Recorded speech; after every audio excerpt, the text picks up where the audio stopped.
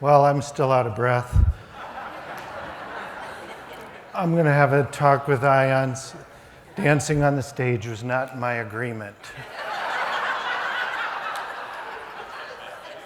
Yesterday, we were talking about creating our dreams, and it turned into my worst nightmare. So, apologize for that. But it was nice sharing the spirit of community in that dance with all of you. You know, we're here in this moment of innovation where we're on the cusp of a mathematical formula for the primary state of consciousness. We have poets and visionaries leading the way. But it wasn't always this way. I remember back in the rather dark days of the early 1980s, circa 1983 for me. And yes, I'd read a few books, Thomas Berry, Fritjof Capra, but there were so few and far between of visionaries. I knew what I wanted to say, but I was looking for some affirmations from others. And I was in Watkins bookstore in London, and I was telling them there what I needed. And they gave me a blue book and said, try this. And it was The Evolutionary Journey by Barbara Marx Hubbard. And it looked like a fairly simple book. The print was kind of big. There were a few pictures. You know, I thought I can handle this. And I started to read it, and it was like, somebody else knows. Somebody's got the vision. And really, it was like coming home to that vision. And ever since that time, I have been a huge fan of this futurist. You know, she is such a futurist that yesterday I was having lunch with her and a group of people. And Barbara was saying, well, you know, we've got to invent a new vocabulary, really, to describe the future.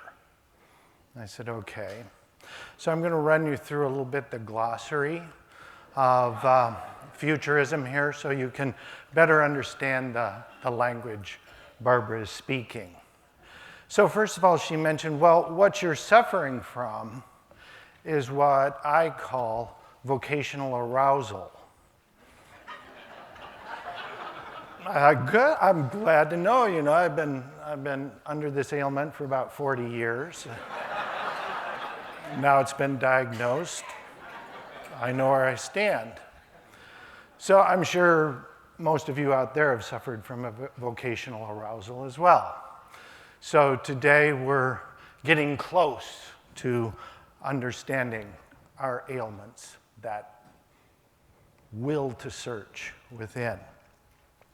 And then Barbara went on to say, well, you know, with vocational arousal, we need some other language. And so I've taken the word telos, which means purpose or goal in Greek, and eros, the god of love, and I've combined them together to get a nice adjective, telerotic. Oh, I like that. This is sounding good. Vocational arousal, telerotic. And then she said, and you know what we're really doing at this moment is we're moving from procreation to co-creation. I said, yeah, I got it. And she said, so we need something from above, you know, to inspire us for this co-creation. And I call it supra, from above, suprasex. And I'm going, I think I got it, Barbara. It's telerotic suprasex. Now, at this point, the people at our table were getting sort of cracked up about the whole thing. The waiter kindly walked over and he said, is everything okay? And if you remember Harry Met Sally, as we were all bursting in laughter, the woman next door is, I want what they're having. And I said, don't worry, it's telerotic suprasex. But seriously, Barbara is going to tell us about teleerotic supersex, but in all seriousness and with great detail, because it is the biggest moment in the evolution of consciousness and humankind. And she has been the visionary that's really led us there. You know, way back when, Buckminster Fuller said, "There's no doubt in my mind that Barbara Marx Hubbard knows more, is better informed about futurism than any human being on the planet." That's quite a statement. And that's when she was just getting started. Can you imagine what Bucky Fuller would say about her today, all these years later, and what she's led us through? She's the president of the Foundation for Conscious Evolution. She was the co-producer of Birth 2012. Neil Donald Walsh has recently written a biography entitled About Barbara, the Mother of Invention. She, from my point of view, is the most innovative, visionary person of our times, and she's here with us today. Please welcome Barbara Marx Hubbard.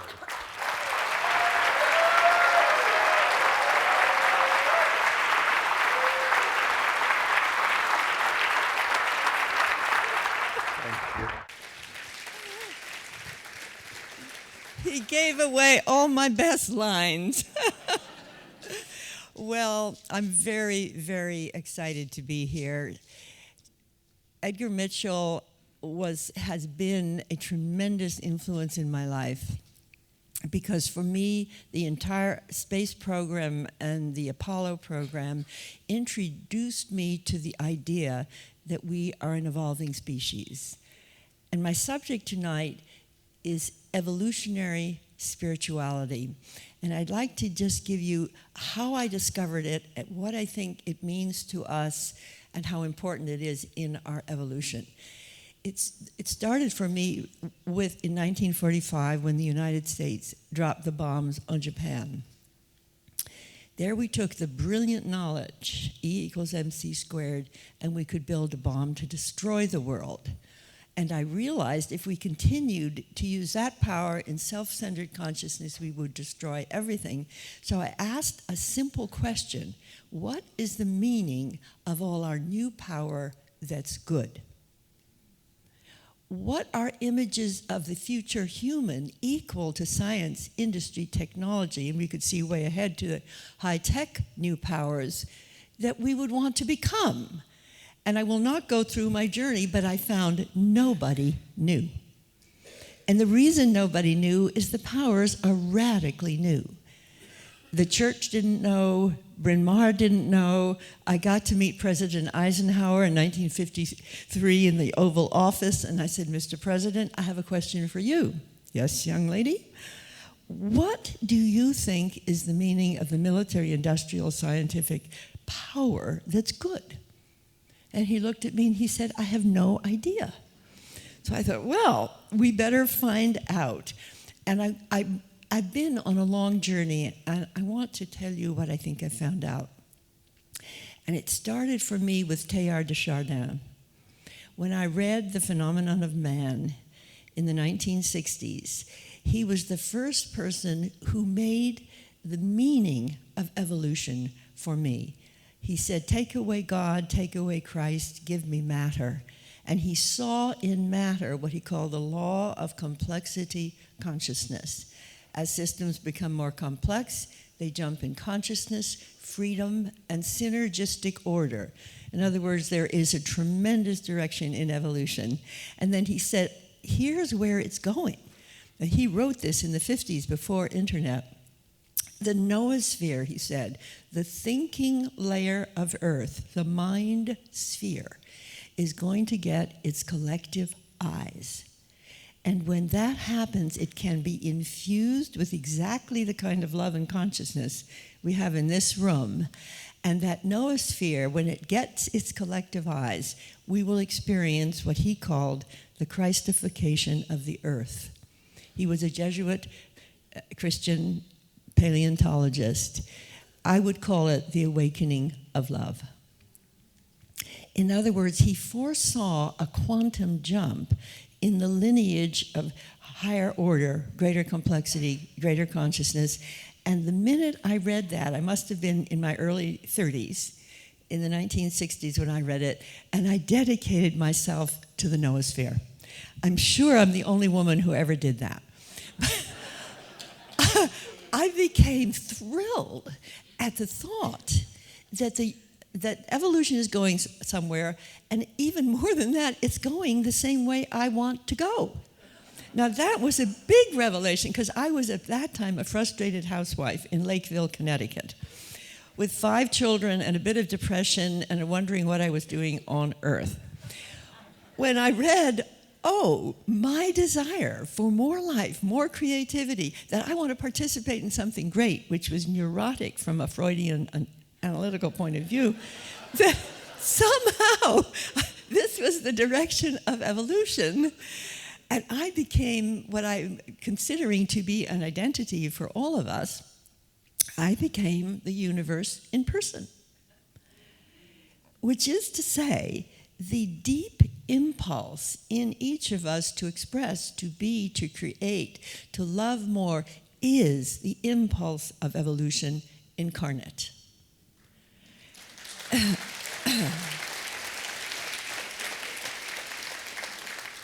That the closer any of us get to knowing that deeper impulse of creativity and love and say yes to it, the more that inner impulse and we become one.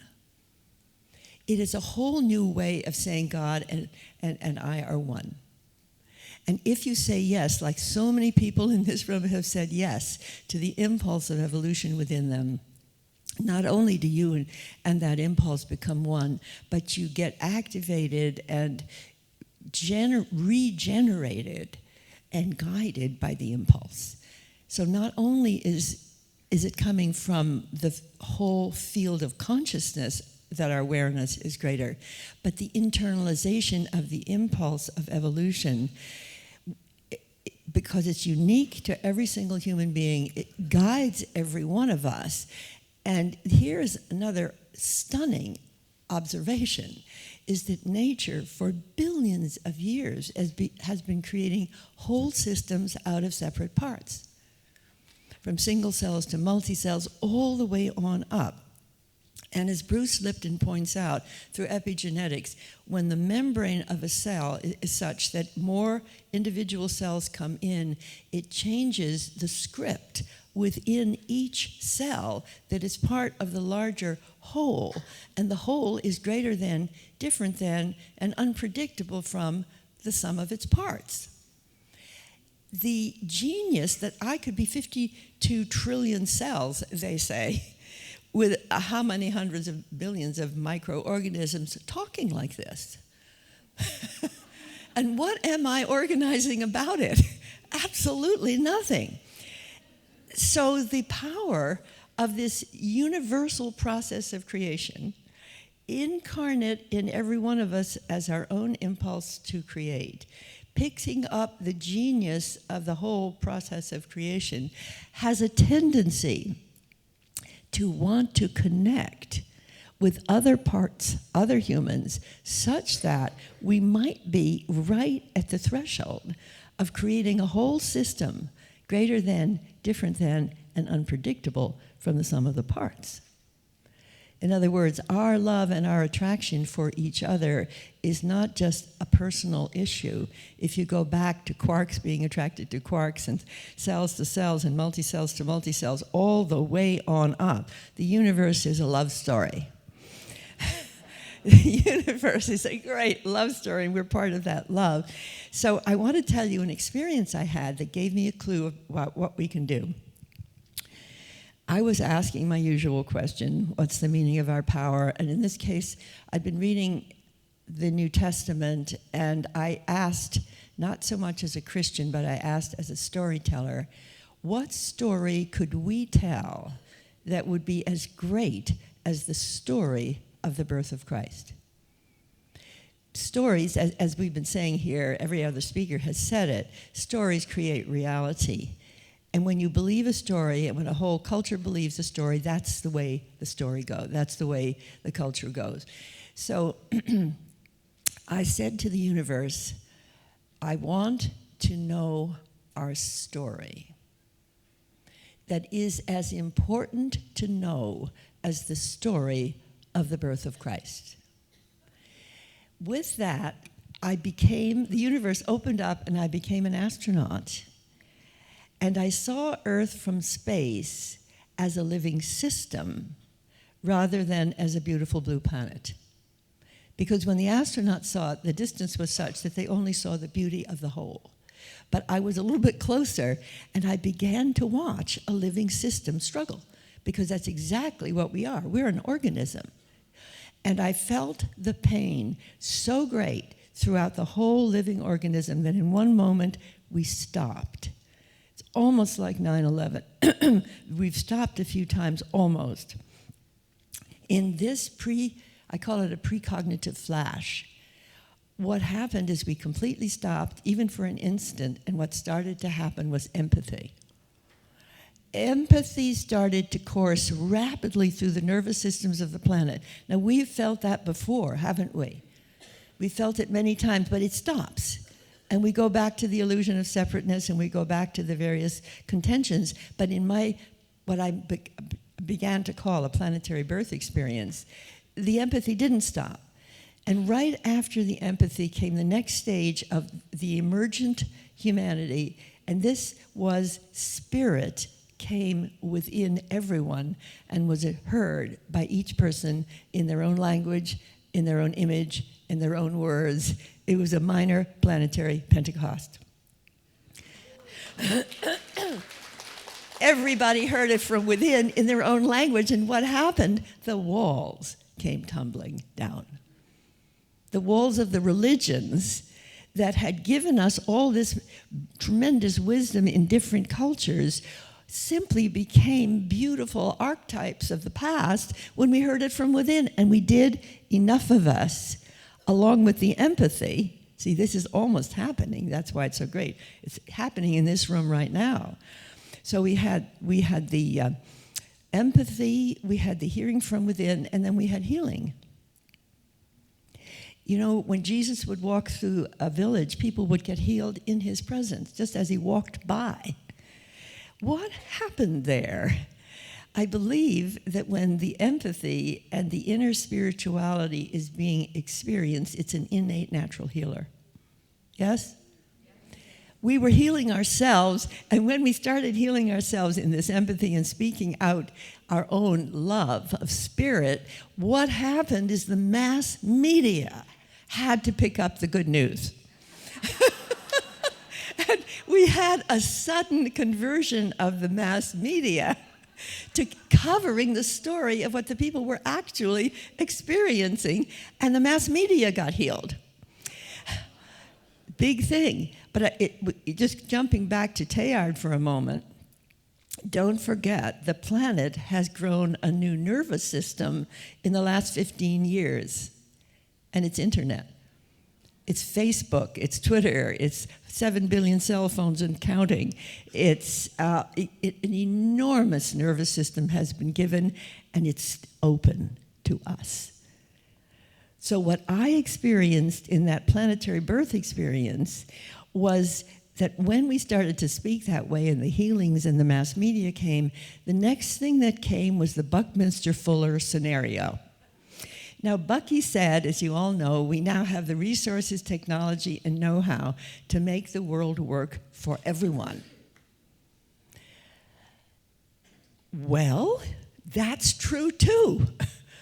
When we were in empathy and creativity and the news of who we are, what happened was in this, and I'm putting it in the past tense as though it already happened, what happened was the same power that coordinates particles to make new wholes all the way on up the billions of years began to coordinate the health, education, economics, new energy systems, new governing systems, new consciousness systems, began to self-organize, and within a very short period of time, We found that we could heal, we could educate, we could feed, we could clothe, we could care for everybody on earth, and that's already true too. I experienced that entire sequence in a flash, and as I was feeling it in my body, since I'd asked the universe the question, what is our story comparable to the story of the birth of Christ? If we knew it, what would it be? And so I heard the words, I would say from a universal consciousness, our story is a birth of a co-creative universal humanity. Our crisis is the crisis of the birth of an emerging species. Go tell the story, Barbara. That was a vocation of destiny, because it's really, literally true. And what happened to me when I said yes to going to tell the story that we're a species whose crisis is natural. See, it's natural that we overgrew the womb of Earth. We didn't know.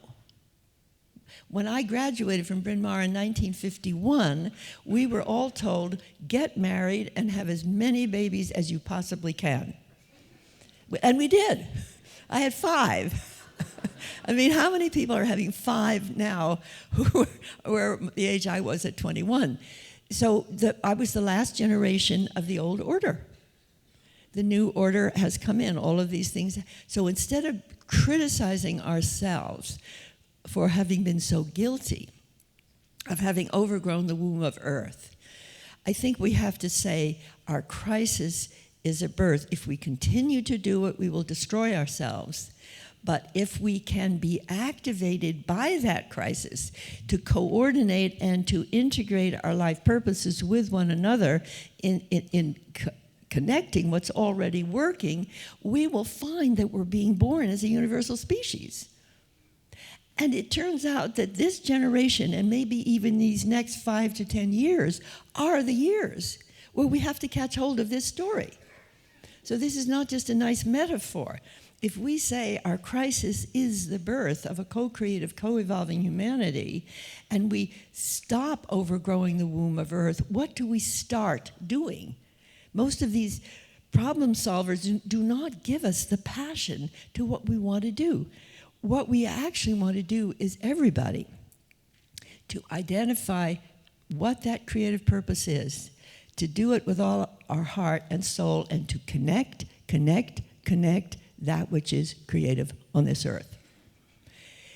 If we took the next 5 years and said our purpose would be by 2020, we would connect enough of the co-creators in health, education, economics, in every sector of human endeavor, in every culture, and for the very first time get an actual picture of the emerging world that's already in our midst, which we have never seen before. We've never seen our world working at the scale that it's possible for it to work. What if we were to take a shared movement, just like our wonderful poet was saying? What if we had a movement to connect what's working and show up by 2020 as the beginning of the next stage of human self-evolution? What would you think of that? Why not? Let's do that. I'm going to come back to that in a minute. I want to back up for a minute and just say, because my subject was evolutionary spirituality, I'd like to tell you what I think it is and how evolutionary spirituality is going to help us have this movement. I've very simply named evolutionary spirituality with 4 E's to help me remember exactly what's happening to me and so many others. The first E is eternal. So in evolutionary spirituality, we are one with consciousness, just like that brilliant man was saying at the beginning of this session. one with consciousness, with God, with Source, eternal. Second E is embody. It is a stunning realization that every one of us is a resume of the entire story of creation. Every atom, molecule, cell, mammalian brain, early brain, human brain, maybe evolutionary brain, all of this, we are the universe in person, showing up. And if you just jump a little bit to people like Aurobindo, who saw that we would become the Gnostic human, we would become humans that actually incarnate the genius of evolution, the supramental powers of evolution. And I feel that that's exactly what starts to happen if you realize, that you embody, we embody the whole process of creation, and that when the full consciousness of being human arises, when I sense of myself and others, I'm embodying the genius of evolution. The genius that created a universe is in every one of us. Oh my God. Turn that on. Evolutionary spirituality starts to turn that on. So when I look at anyone and I see a thumb, I see an ear, I see eyes, oh my God, what did it take to do that? It's a huge appreciation for what it took to do all of this. And then the next part of this is the third E is emerge. As Brian Swim says, the universe always wants more. Every one of us is the universe in person emerging. Yes? Wow. So we're not only embodying, we're emerging. And what are we emerging as? Well, that's where you have to say, I'm incarnating the impulse of evolution as my own impulse to create. We're creative. God is creating godlings. Creator is creating co-creators. When we say yes to the impulse of evolution in evolutionary spirituality, which is to say to give divine reality to the impulse itself, to the process of creation itself, divine beyond imaginations of genius, to create an entire universe, and we as part of it. So emerge is that growing edge of every single human being alive. And the big yes in evolutionary spirituality is not only yes, personally I can do it, but yes, universe, I'm here for you. Yes, universe, help me, do me, be me, through me, and you and the universe start to collaborate. And you start to tune into the genius of the universe, and you even start to regenerate. I'm 85 years old. What got into me? The universe. The saying, it's the universe. And then the last E, I just really thought of it, and this was my dear friend Emmanuel was making fun of this, but it's eros.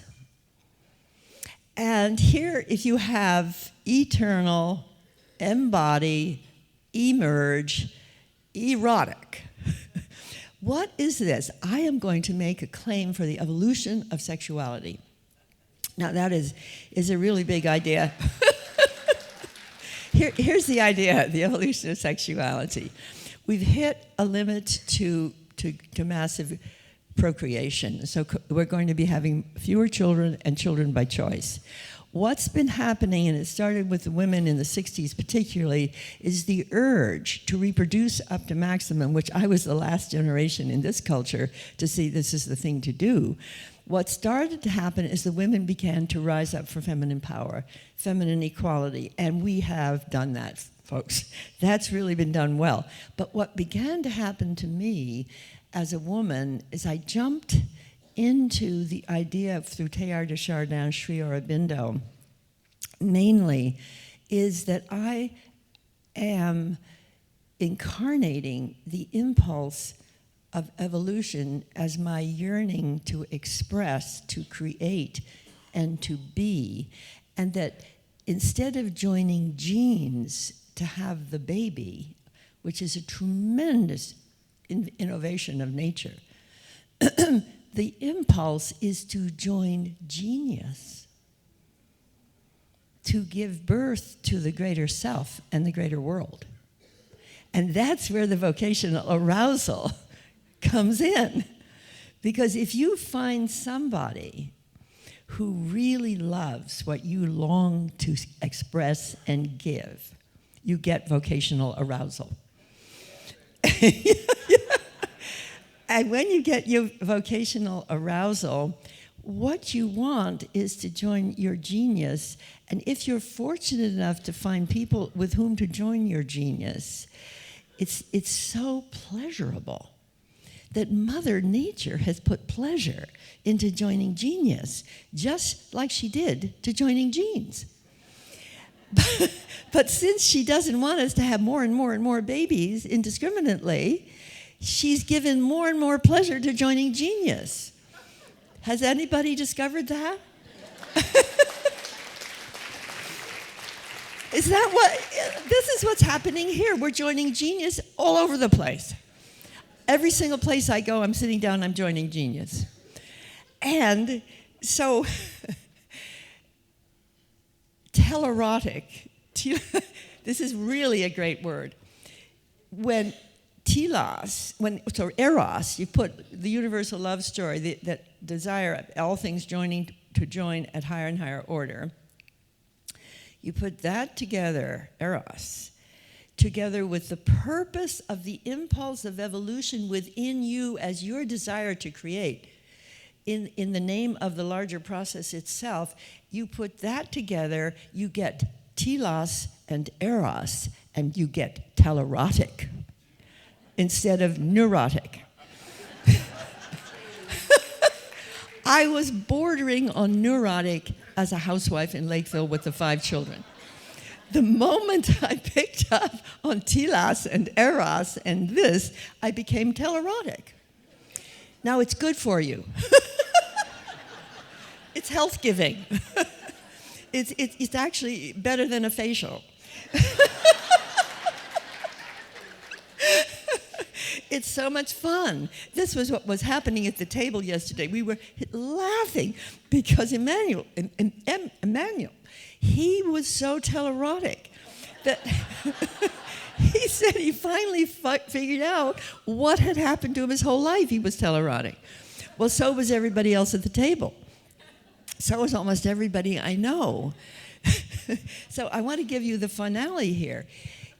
The finale would be a moment of total teleros for the universe, for the earth. Now, this is a serious thing. Ervin Laszlo, who has been my partner in many times as an elder of this, and we're going down to Monterrey, Mexico to do a big wheel of co-creation to put people in every sector of the wheel, like Claudio Naranjo and Bruce Lipton and famous people, to say, what would happen if we synergize? What would happen if we connect the dots of what's already working on this earth? And I would like to declare that if in 5 years we collectively decided to have a global invitation for people everywhere on earth who are impelled to create something creative, good, and for the good of the whole, to start identifying it in an internet site that is designed to self-organize what's working by region, by a subject, until we could get a vision of what's already emerging in this world. And I've talked this over with Ervin Laszlo because he took us all to China and he made the statement there that if we don't get ecological consciousness in the next 5 years, we will go extinct. It doesn't mean that we've solved everything, but we have to change consciousness. Now, there's an awful lot going on about how we've done things wrong, and that's absolutely true. But I would say there's almost nothing going on about what we can create and are already creating. For somehow the news doesn't tell us it, and by God, what is the news? This is the news. The news is not only where we're making our mistakes, and most of the mistakes we're making because we didn't know. You know? we didn't, the generation that I was did not know. My professors at Bryn Mawr didn't know. One of my professors told me, well, Miss Hubbard, I really think that we've got most of our problems solved already. He didn't know. He didn't know in 1951. So I propose that we develop a new world purpose, is to connect what's working by 2020. And the date has been picked by some other people, Stephen Dinan, including the one who worked with 2012, is how about International Peace Day 2012? And there's another thought in here that I want to briefly tell you. I don't know what my timing is. I'm not watching the clock. Where is the clock? Oh, right there. Oh, my time's over. Oh, it says, okay, well, I'll just take one more minute to tell you this. Sorry. I was looking at you, not it. Yeah. I ran for vice president in 1984. And I had a proposal which is so good that I was the other woman nominated, along with Geraldine Ferraro. And here was the proposal, that there should be in the office of the vice president a new function, a peace room as sophisticated as a war room, to scan for, map, connect, and communicate what's working in the world. Wow.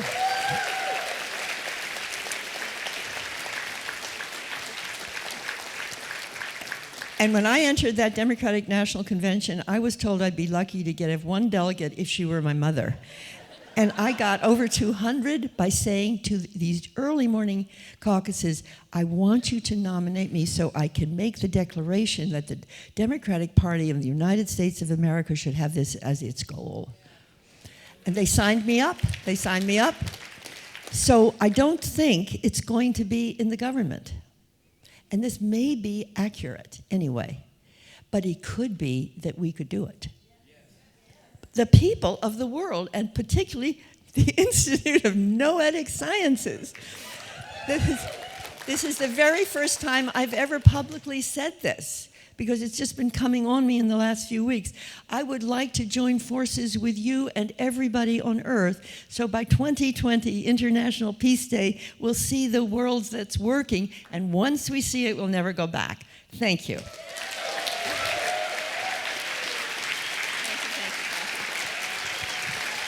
Thank you so much. Thank you. That's great. Okay? Yes, you're doing good.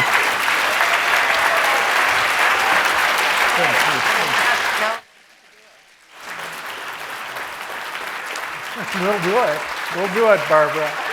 Thank you. Barbara. Okay.